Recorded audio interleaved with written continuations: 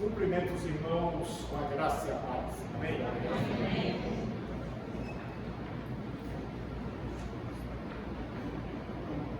Um, dois.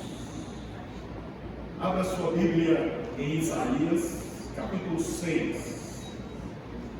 Eu mandei o texto para o pastor, eu volto. Então deu Oséias. Isaías capítulo 6, versículos de número 1 a 9.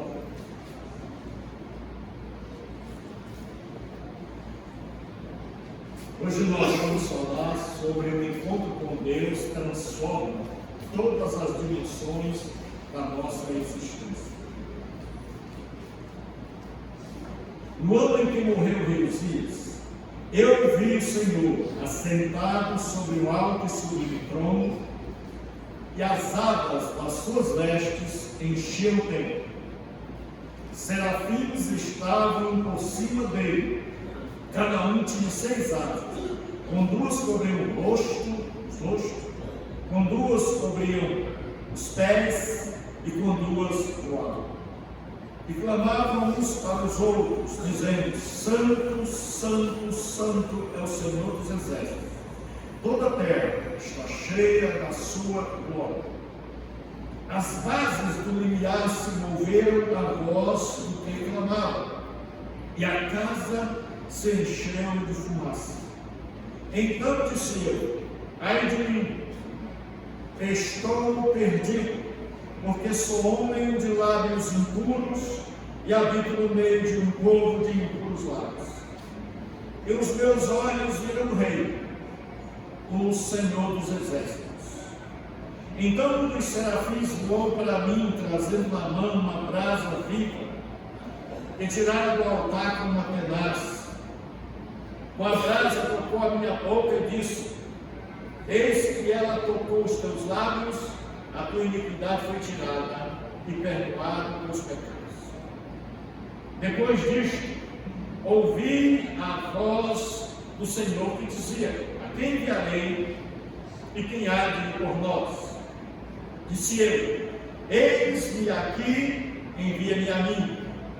Então disse ele: vai e dize a este povo: Senhor nosso Deus e Pai, em tua presença estamos, pedimos a tua graça, a tua bênção, pedimos que faça de nós canal da tua glória, canal para esses queridos irmãos, bênção de Deus na vida deles, que o Senhor fale conosco, que o Senhor nos ilumine pelo teu Espírito Santo, que nós possamos, ó Deus, sermos instrumentos para a tua glória e para o teu louvor, em nome de Jesus.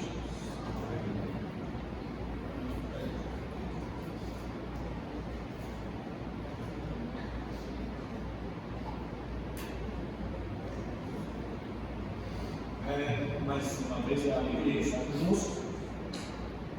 Se bem que eu já não sou mais convidado, né? Eu já sou um dos obreiros dessa igreja. Então, eu me sinto confortável. Nós vamos ver o contexto.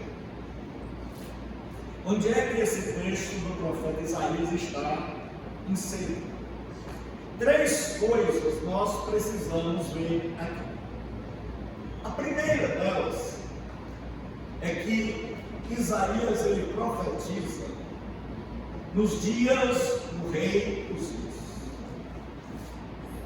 Uzias reinou 42 anos sobre Judá. E naquela época havia prosperidade. Não havia ainda, durante os 52 anos, não havia ainda uma potência mundial, tipo Babilônia, Egito, emergindo no mundo solar no fim. Então as pessoas estavam seguras. E no reinado de 52 anos, por um bom rei,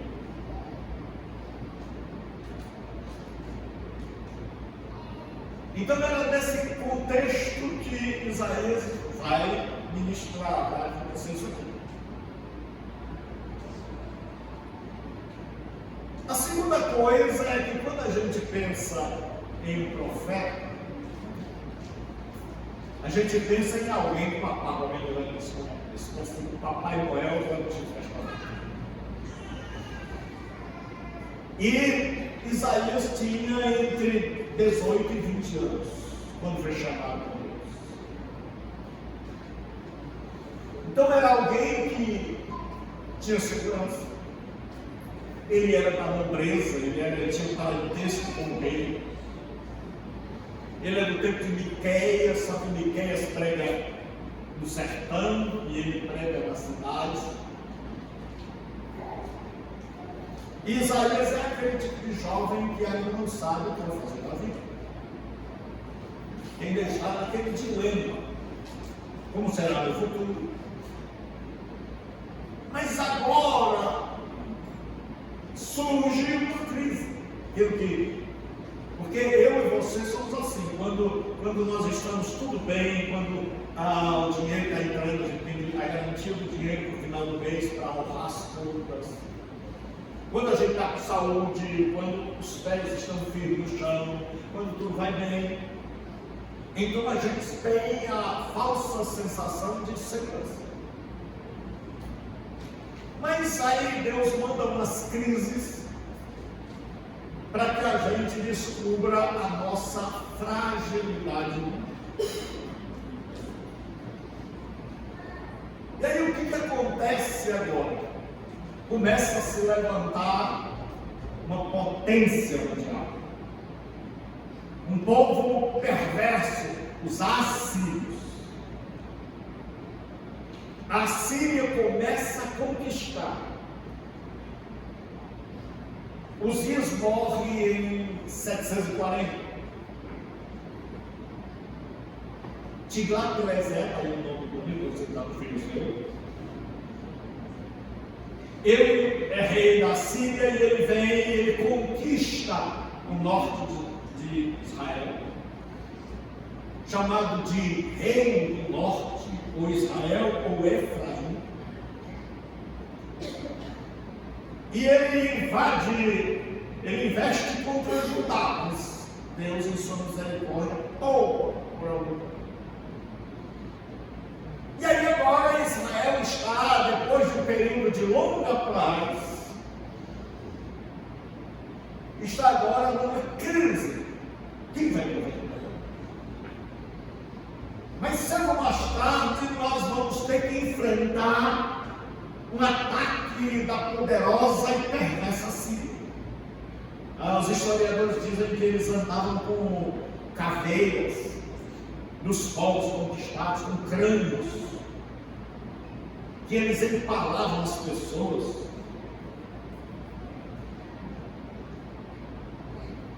E eles eram altamente perversos. Então agora aquele rapaz está preocupado. E ele faz o que toda pessoa que teme a Deus faz: ele vai orar. Ele vai orar porque ele está diante de uma situação terrível. E aí hoje nós vamos falar sobre isso. Como eu sempre faço, é a interpretação, porque eu não tenho nada a dizer. Mas Deus tem. Então meu trabalho é interpretar e aplicar a palavra de Deus. Então, como eu vou falar que o encontro com Deus transforma todas as dimensões da nossa existência, eu escolhi três que o texto mostra, que é a dimensão espiritual, a pessoal e a social. Então, esse texto, agora que a gente já sabe o contexto, a Síria está por perto, o rei está morto, Isaías está preocupado como será o seu futuro. E aí ele diz assim: no ano em que morreu o rei Uzias, eu vi o Senhor sentado sobre um alto e sublime trono, e as abas das suas vestes enchiam o templo. 3 coisas são ditas aqui, eu vou ler logo. Serafins estavam por cima dele, cada um tinha 6 asas. Com 2 cobriam o rosto, com 2 cobriam os pés e com 2 o lado. E clamavam uns aos outros: Santo, Santo, Santo é o Senhor dos exércitos. Toda a terra está cheia da sua glória. 3 coisas chamam a nossa atenção quando a gente medita nesse texto. Número 1, o governo de Deus. Número 2, a santidade de Deus. E número 3, a glória. Então a primeira dimensão é a dimensão espiritual. É que Isaías, e agora vai para essa dimensão espiritual. Ele está com medo, ele está preocupado, ele está inseguro, ele está com crise. E aí acontece o que a gente chama na teologia de teofania. De teos ou feos, Deus, mas vai manifestar. Então é uma manifestação temporária de Deus, para que a gente possa entender. E aí a Bíblia diz que Isaías viu Deus no alto e sublime trono. E ele diz que as orlas da sua veste enchiam o templo. A primeira coisa que Isaías vê é o governo de Deus. É Deus dizendo para Isaías e para nós: quem manda, quem está assentado no trono, não é o rei da Assíria. Quem protege vocês não é o rei Uzias. Quem manda no mundo não é o Putin, nem o Biden, nem o PT. Quem manda no mundo, quem governa o mundo é Yahvé Sabaoth, o Senhor dos exércitos, meu Deus, teu Deus. E aplicando, eu quero dizer para você hoje à noite que a última palavra a meu respeito e a teu respeito. Quem governa a minha vida e a sua é Deus. E qualquer pessoa que entrou nessa dimensão e teve um encontro com Deus, ele coloca Deus no trono. Quem governa a vida dele não é mais ele, não é mais ela. É Deus. O verdadeiro filho e filha de Deus são aqueles que dizem: Pai, o Senhor governa. E eu sou governado. Então eu quero andar segundo a tua vontade. Porque tem muita gente que quer Deus simplesmente como um solucionador, equacionador de problemas. Estou com problema? Vou lá na igreja. Deus é grande. Deus é todo poderoso. Deus pode qualquer coisa. Então eu vou lá para Ele resolver os meus problemas. Deus não quer ser apenas isso. Por bondade, Deus traz solução aos nossos problemas. Mas o que Deus mais quer é ter um trono dentro do nosso coração.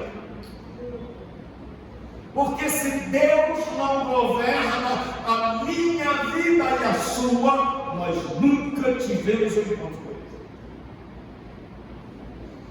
E pastor Gilberto Rebouças, como é que eu sei que eu tive um encontro com Deus? É que Ele, a partir daquele momento, Ele governou, Ele direcionou, Ele manda e você obedece.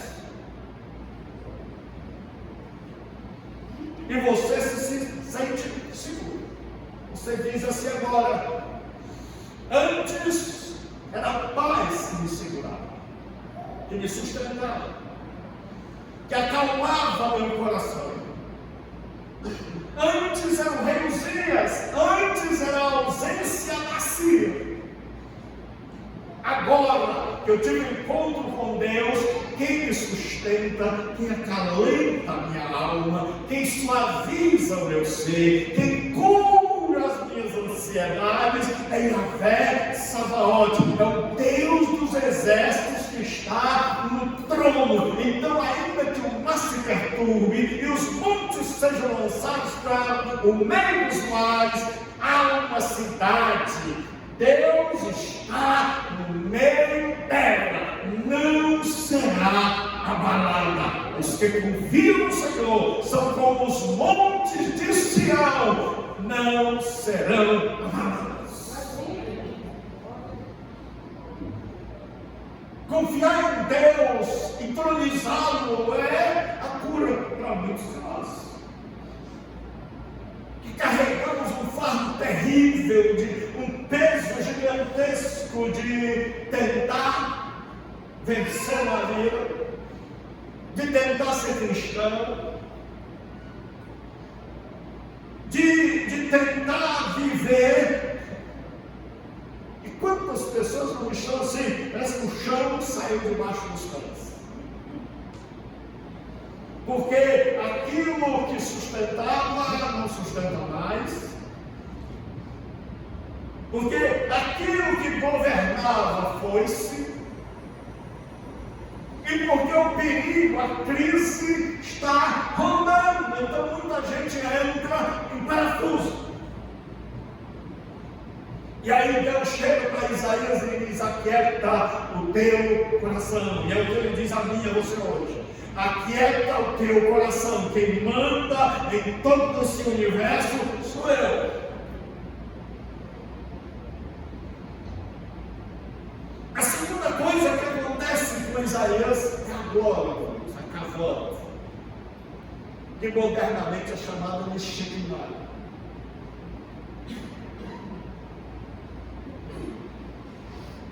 Mas eu vou para a segunda, que é a santidade de Deus. Ele vê os serafins, é a única passagem na Bíblia que fala desses seres. E diz que os serafins tinham 6 asas. E o texto ali, a ideia, como eles estão no templo, é uma ideia sacerdotal. É uma ideia cultica. Então os serafins veem a glória de Deus. Eles têm 6 asas, com 2 eles cobrem o rosto, é sinal de respeito na antiguidade, de reverência, de sentimento de indignidade, de que eu não sou digno. Com 2 eles cobriam os pés, era serviço.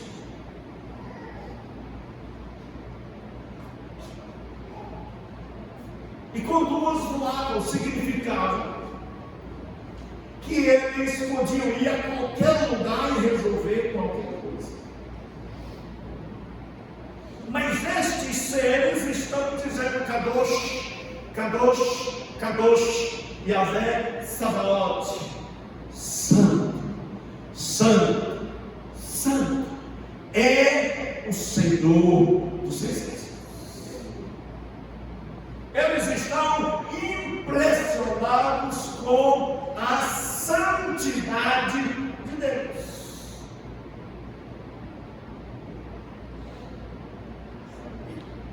Isaías agora percebe que há um Deus que reina, mas esse Deus que reina não é um tirano.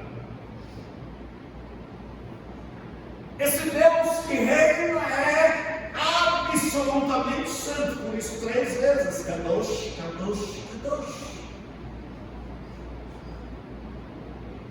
Os anjos entram em adoração. É impossível contemplar a glória de Deus e ficar parado. É impossível contemplar a santidade de Deus ser transformado. Eu conheço algumas pessoas, você também deve conhecer, que já falaram de experiências sobrenaturais tremendas, algumas que foram até o céu. Um dos únicos que eu confio é Paulo, porque ele não teve coragem de contar o que viu. Mas tem muita gente aqui na terra que diz que foi, que viu um monte de coisas, mas são pessoas que continuam do mesmo jeito, o que já tinham crédito. Porque quando a gente descobre, quando a gente olha para Deus, a gente percebe que Ele é santo. E se seres como os serafins não se acham dignos de olhar para esse Deus, quanto mais nós.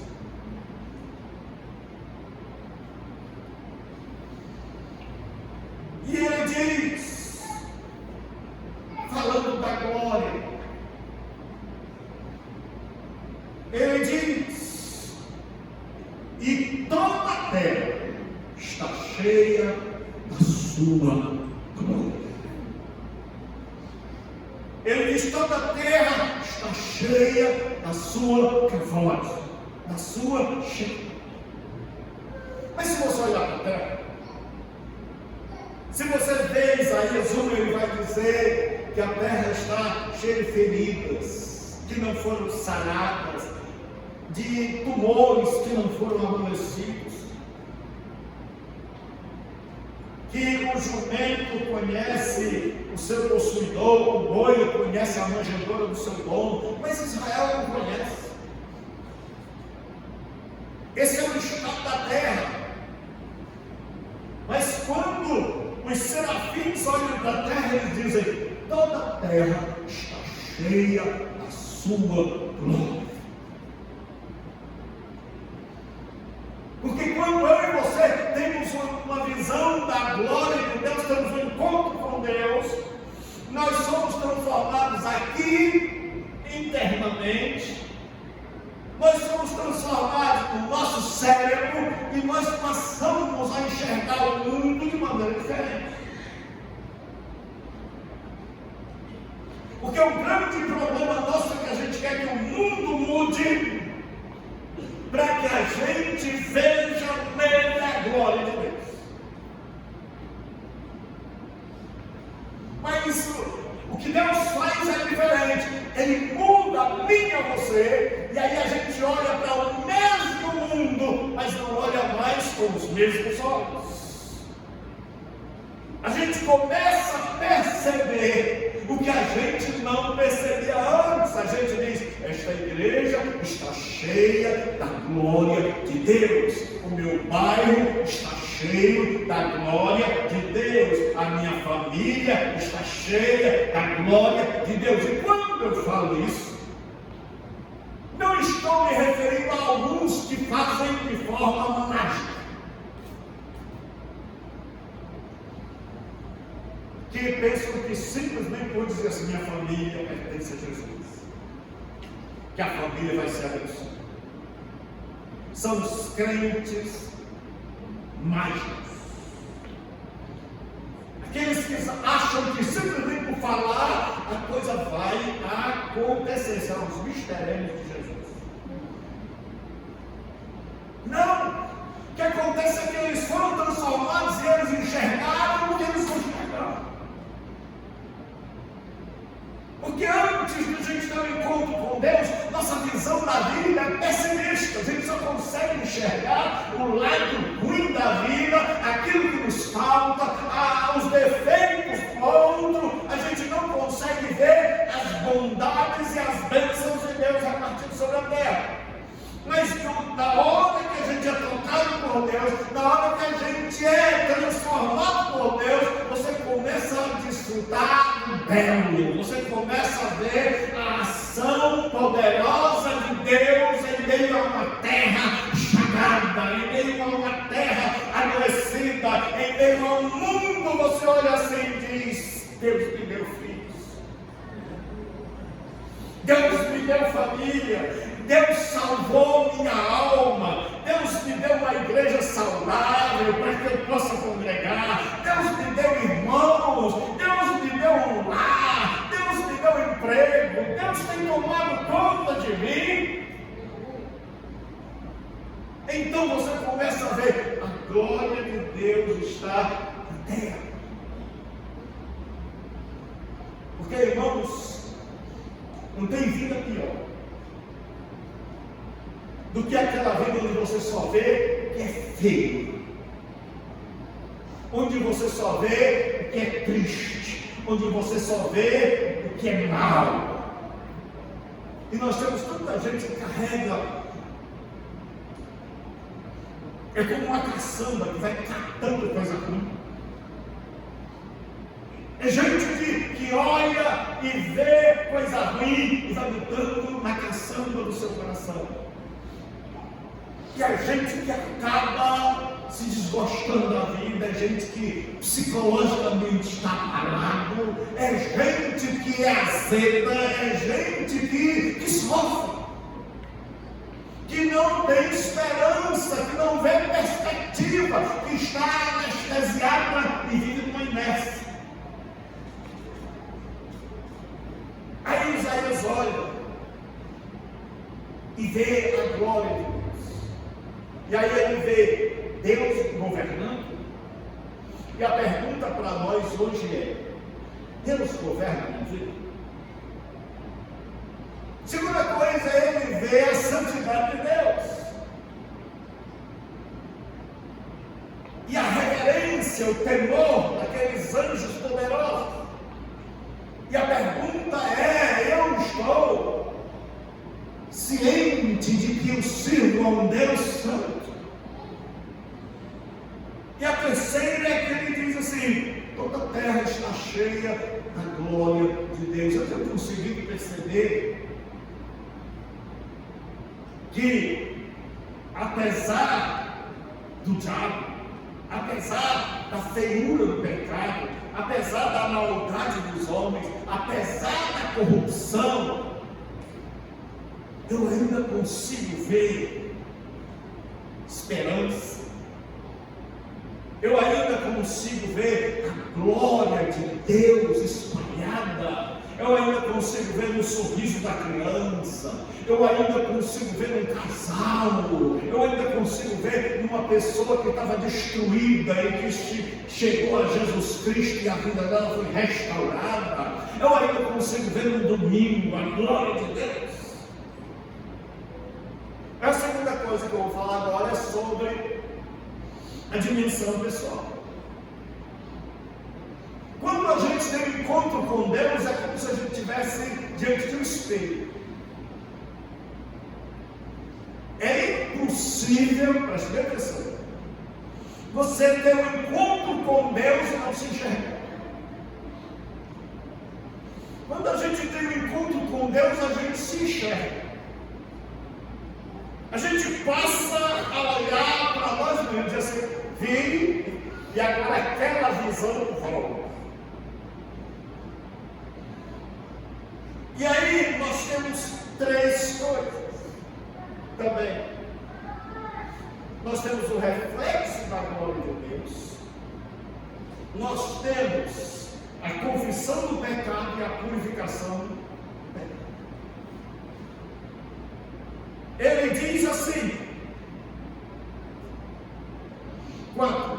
As bases do limiar se moveram à voz do que clamava, e a casa se encheu de fumaça. Então disse eu: ai de mim, estou perdido, porque sou homem de lábios impuros, habito no meio de um povo de impuros lábios, e os meus olhos viram o Rei, o Senhor dos exércitos. Então um dos serafins voou para mim, trazendo na mão uma brasa viva, que tirara do altar com uma pedaço. Com a brasa tocou a minha boca, e eis que ela tocou os teus lábios. Tua iniquidade foi tirada e perdoado o teu pecado.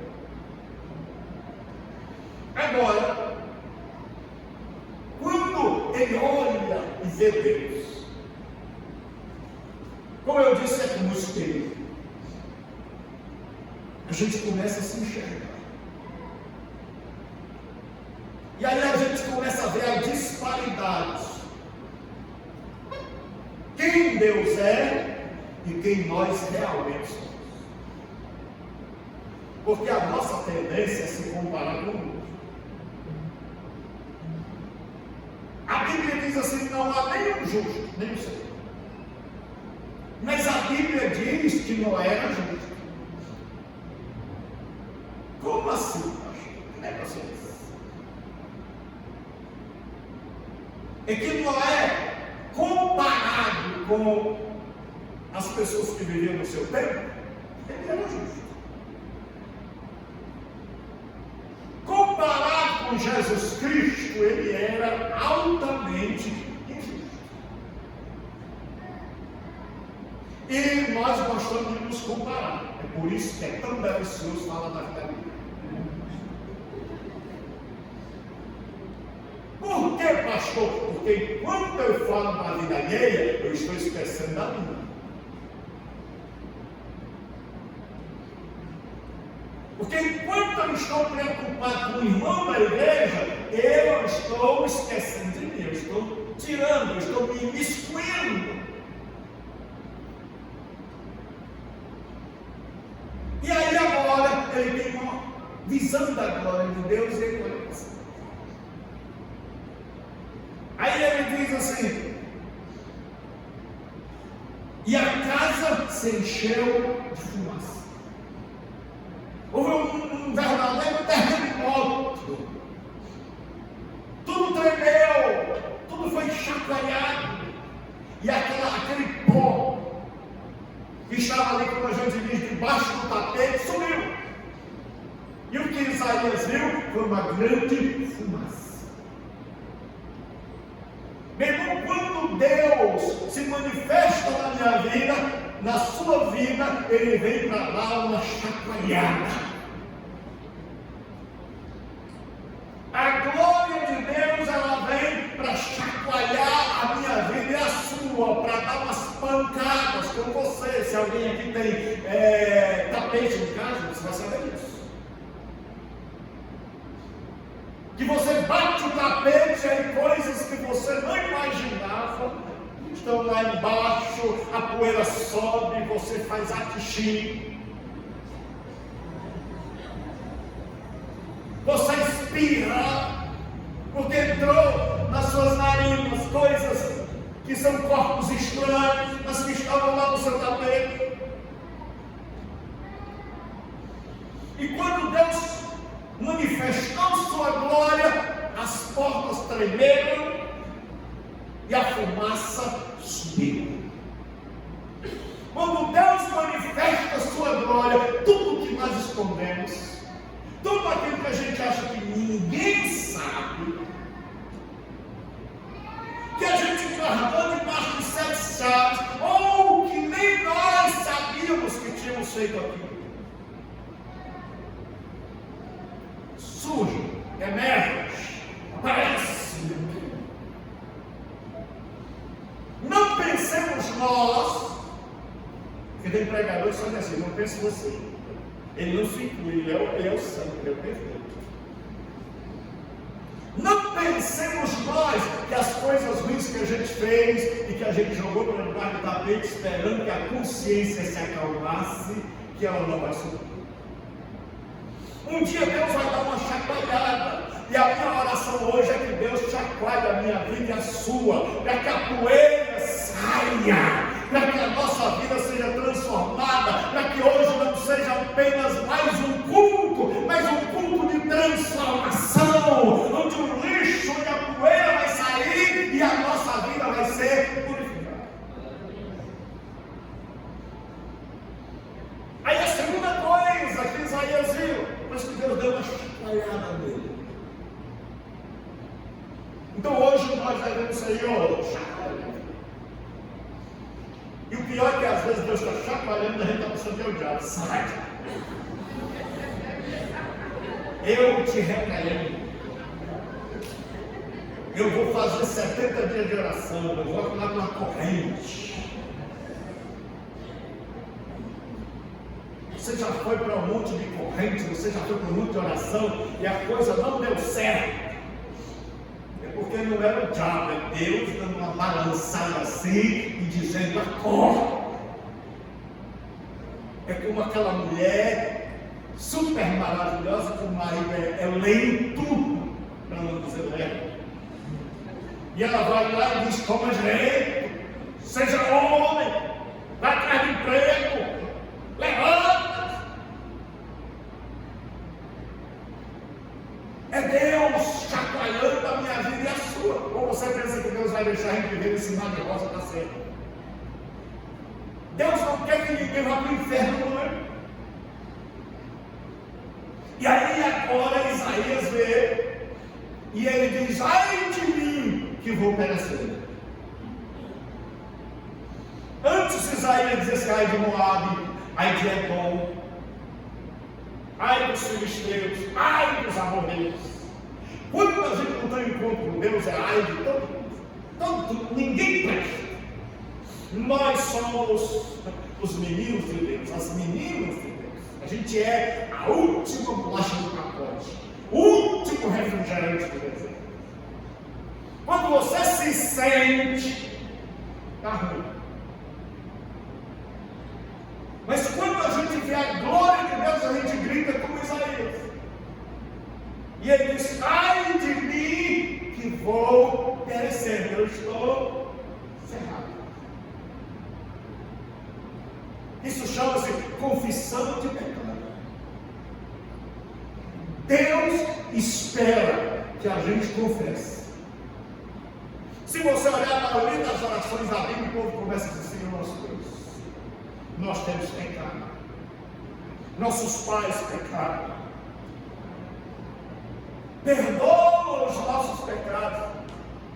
Se o meu povo, que se chama pelo meu nome, se humilhar e orar e pedir perdão, perdoarei os seus pecados, sararei a sua terra. Mas tem que reconhecer que tem um monte de gente. O Roberto trabalha lá em casa, na Cecília, e eu estava explicando para ele que a história não é secreta. Que a história é que quando eu vejo a glória de Deus, eu sei quem Ele é, mas eu descubro quem eu sou. E aí eu descubro quão longe eu estou dele. E que eu não posso ter comunhão com Ele.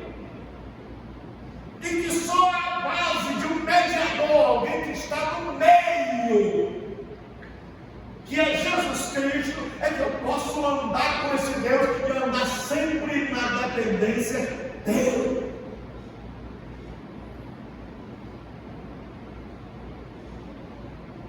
E eu disse: olha, enquanto eu e você, nós não tivermos consciência de que nós somos pecadores, de que nós somos indignos, nós não vamos conhecer a Deus.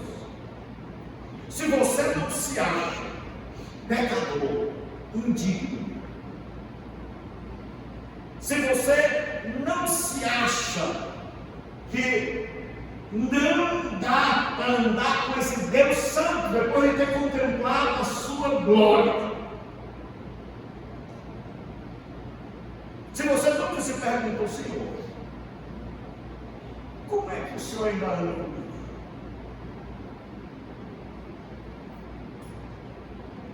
Se você não se sentiu ainda horrível,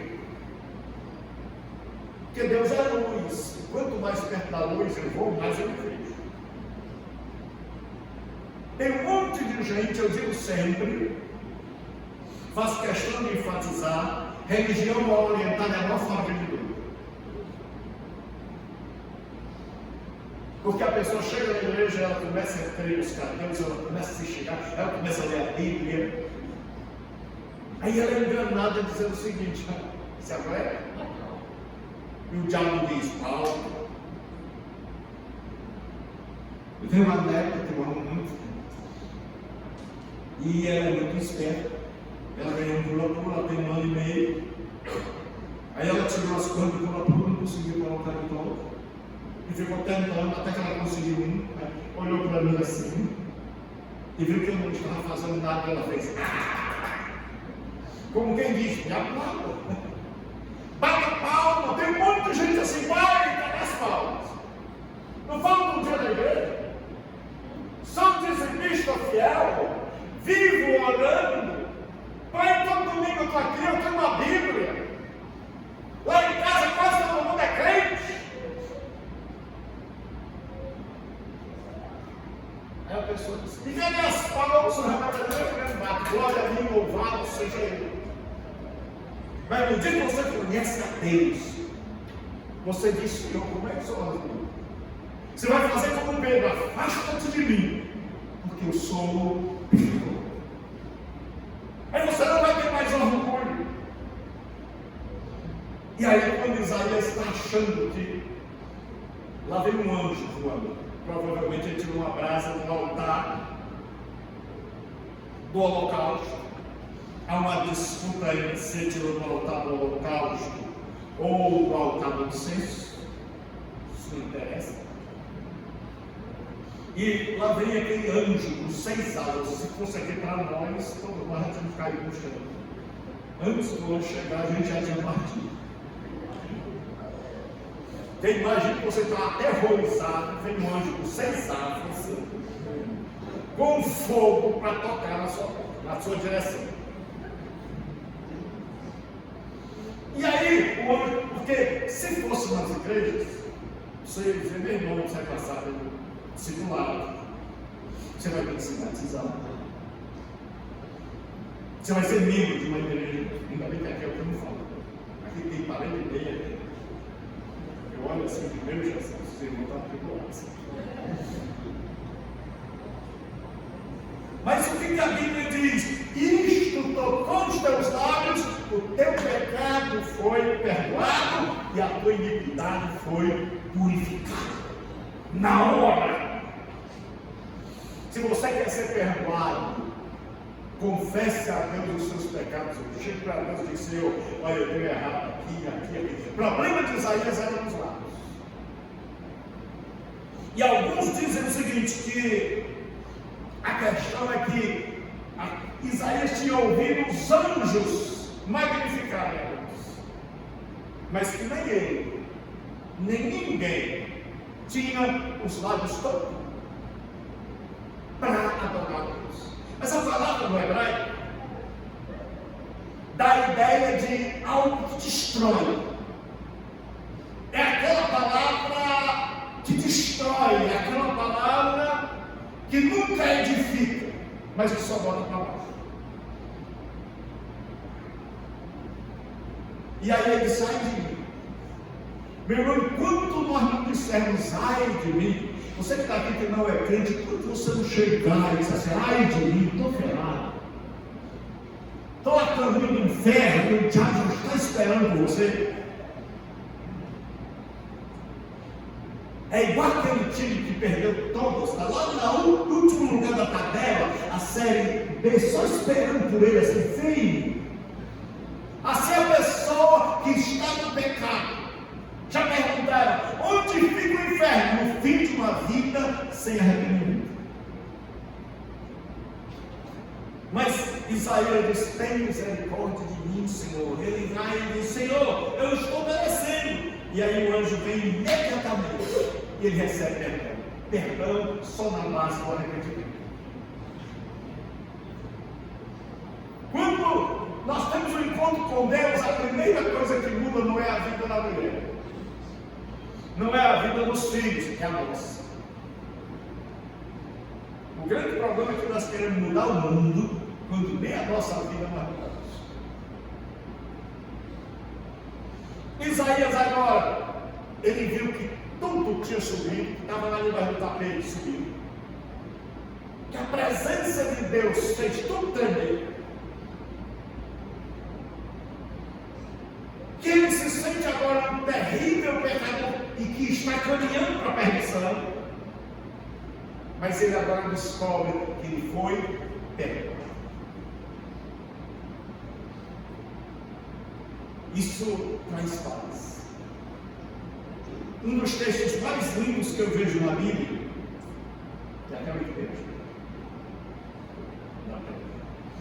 Um dos textos mais lindos que eu acho da Bíblia é quando Jesus era aquele homem que é colocado pelo telhado e diz assim: filho, os teus pecados são perdoados. No verbo, que possivelmente aquele homem estava entrevado de tanto problema psicológico, de tanta carga, de tanta culpa. E aí agora, quando a gente olha para Deus, a gente se vê. Mas quando Deus nos perdoa, a gente vê o outro. Veja a lógica do Cristo. Uma vez perdoado, não é para a gente, eu sou perdoado, agora eu vou me sentar lá na igreja Cairós e esperar a vida de Jesus. Não é para isso que Jesus nos chama. Agora é a dimensão social. Olha o que diz. Depois disso o que? Depois do perdão. Que a gente pensa que a igreja é o fim. A gente pensa assim, cheguei na igreja, não chegou na igreja. A igreja é um quartel-general, onde a gente vem, é treinado e enviado. E aí agora vem a dimensão social. Toda pessoa que teve encontro com Deus, que teve a sua vida transformada, ela se encontra com os outros. Irmãos, eu não consigo entender que a gente vê a pessoa na rua, igrejas que veem mendigos. Eu tenho uma igreja no centro, eu vejo as pessoas dormindo em cima de um papelão, do lado da igreja, e a gente passa e parece que não viu.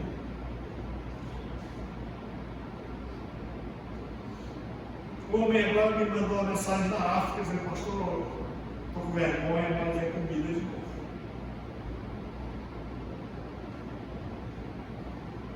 Lá no litro de óleo custa R$43 nosso. Ele faz o câmbio e aí mandei R$100 e comprou 2 quilos de feijão. Meu Jesus. Pensei até que era um golpe. E liguei para os amigos lá e disse: não, mas o negócio aqui é assim mesmo. Esse negócio aqui é assim. A igreja dele lá, eu conheci, eu estava dando aula e ele viu as aulas que eu postei grátis. E ele pediu e ele disse: mas eu não tenho dinheiro para pagar. Eu disse: não, o senhor é meu convidado. E ele me mostrou a casa dele toda de plástico. Toda de plástico. E o pior que ainda vem tufão, furacão. E ele disse: pastor, levou a igreja.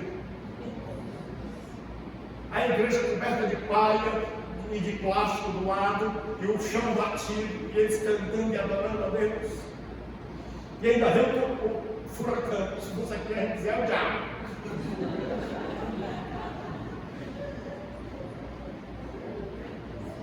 Não é o diabo, não, é a maldade humana. É a má distribuição de renda. Irmãos, nós, enquanto igreja, e eu confio nesse pastor, senão não pregaria aqui. Nós, enquanto igreja, temos que nos preocupar com quem está sofrendo, porque nós somos o instrumento de Deus, a mão de Deus que vai alimentar esse mundo. Não pense que político está por aí para ajudar ninguém. Político só vai ajudar a família dele. Nós temos que investir e gastar dinheiro com gente que está passando fome, com bairro que está na pobreza, com gente que está no esgoto, com gente que o filho está cheio de caroço, dorme e soca miserável, que não tiver compaixão da criança.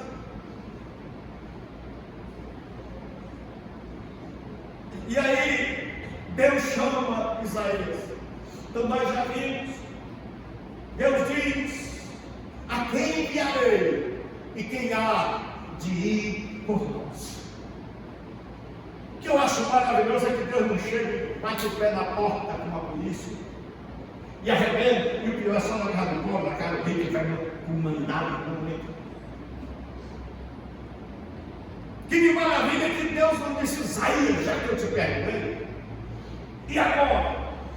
Vai ou não vai? Porque tem muita gente na igreja que faz como constrangido.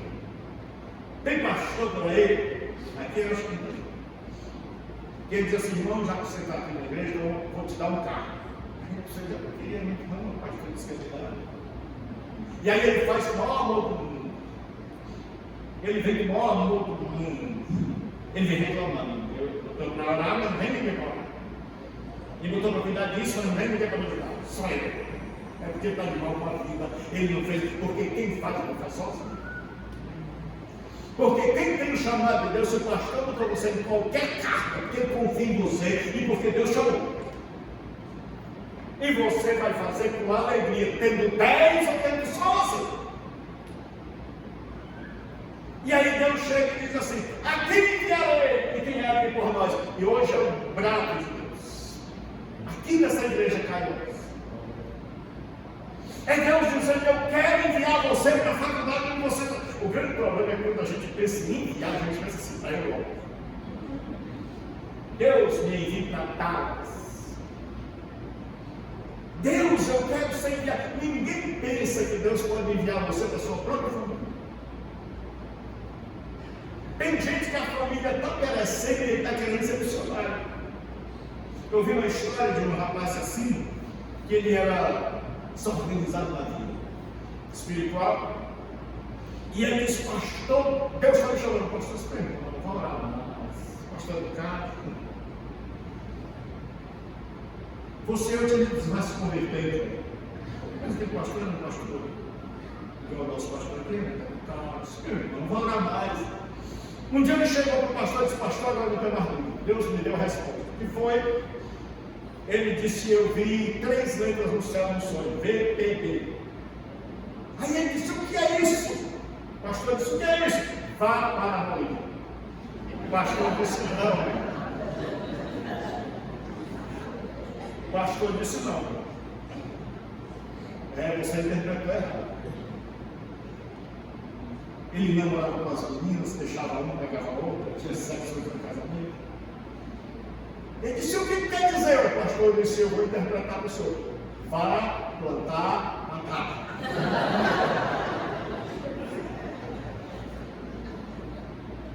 Quando a pessoa tem um encontro com Deus, ela se preocupa com as almas. Eu não entendo, irmão, uma igreja que fica dentro do prédio, que ninguém sai, que entra domingo e sai domingo, e existe igreja hoje que nem apelo mais é feito, que o que acontece é troca de crente, é um que está desgostoso acolá, sai para o outro lado. Eu já fui em igreja onde o pastor faz apelo assim, pastor.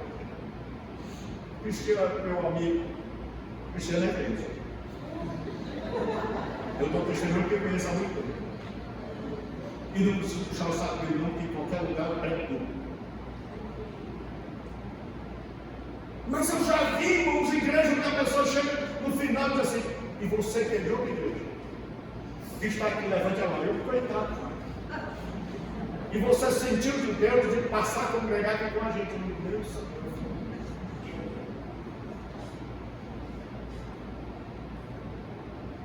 irmãos, nós temos uma urgência. Deus diz assim: ó, quem há de ir por nós? Quem vai? Ele não diz quem fica. E aí Isaías, porque, irmão, é impossível você não ir se você for transformado. Vou repetir: é impossível ficar dentro da igreja, é impossível não fazer nada, é impossível não se preocupar com os perdidos se você tem um encontro com Deus. Quando Deus disse: aqui enviarei Isaías, ele disse: eis-me aqui, envia-me a mim. Nós geralmente pensamos assim, mulher, porque vai ser que eu falo. Todo mundo quer o filho missionário, que o menino é pequeno. Conversa com os caras e diz assim, esse menino vai ser pastor. Nem sabe o quanto é que sofre. Se você soubesse o quanto a gente sofre, ele sabe quantas vezes eu te pedi o seu filho de ser pastor. Outro dia, vai ser um missionário. As pessoas me chamam para pregar culto de missão, eu chego lá nem não pregar missão. Não vou missionar sem ser nem.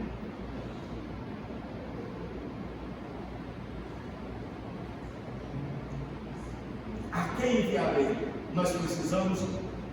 Deus quer pessoas para enviar para a faculdade. Deus quer pessoas para enviar para a sua própria família, para o seu bairro. Deus quer pessoas que digam assim, pastor, lá na minha casa, a minha sala está aberta, para que o senhor funde aí um pequeno grupo, não sei se é assim que chama aqui, um pequeno grupo. Eu quero ser usado por Deus, eu quero ser usado por Deus. Amém.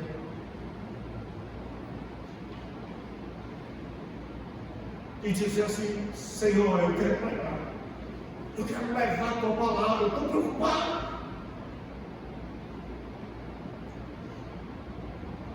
E começar a pensar, vai chegar um Natal, quantas crianças vão estar aí sem ter um brinquedo? Às vezes nas nossas casas tem tanto brinquedo que se você for juntar o brinquedo da criança, você vai passar quase um dia só juntando um brinquedo, que o menino sai rebolando o brinquedo e a gente sai procurando, juntando. Eu tenho uns colegas lá do desafio que fazem Natal sem fome. É que no final do ano eles passam lá todinho, coletando água, aqueles garrafões. Nós precisamos levar o alimento. E aí, quando as pessoas gostam da gente, elas ouvem o Evangelho. E aí Deus diz, o que eu acho maravilhoso, é que Deus diz, vá e digam a este povo. Mas Deus faz uma promessa. Preste bem atenção, porque aqui eu vou terminar, porque o pastor está para puxar o pano. Deus, olha o que Deus diz. Então disse ele, vá e diz a este povo, ouvi e não entendais. Vede, mas não percebais. Deus chega para Isaías e você pensa que Deus mandando, que a gente pensa assim, olha pastor, se Deus mandou, eu vou arrebentar a boca de a gente pensa que todo chamado por Deus vai se dar bem, a igreja dele vai ser também castigando. Ele vai ganhar todo mundo e Deus chega para Isaías e diz, Isaías, você quer ir? Quero. Estou preocupado com casar um pouco. Vá! Mas o que você vai dizer não vai entender. O que você vai dizer eles não vão compreender. O que Deus espera é que eu e você nos coloquemos à disposição dele. Se vamos fazer sucesso ou não, isso depende de Deus, mas que eu e você possamos nos colocar diante de Deus e dizer, Senhor, mesmo que ninguém me escute, porque eu tenho ouvido tanta coisa. Eu digo, eu não digo que você não está uma pessoa. Lá na igreja eu digo, você traz, eu ganho. Lá no céu a gente parte algo no meio, metade é minha, metade é sua. Pessoas que dizem assim, pastor, chamei, mas não vem. Você chama, você traz, você procura, você prega. Mas o fato de Deus ter chamado você e mandado você pregar, não significa que você vai ter sucesso. Não significa que você vai arrebentar a boca do balão. Significa que você vai fazer a vontade de Deus. Então agora, como sua cabeça? Hoje nós vemos que Isaías está no tempo de Cristo, onde morreu o rei que reinou 52 anos. Nós vemos que a Síria se levanta.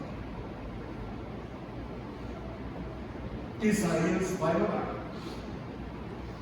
E nós vimos hoje que ele tem uma visão de Deus, que vai mudá-lo, mudar sua vida na parte espiritual. Ele descobre que Deus governa. Ele descobre que a última palavra é de Deus. Amém. Ele descobre que Deus está no controle. Ele descobre que não é o Putin, que não é o governo dos Estados Unidos, mas é Deus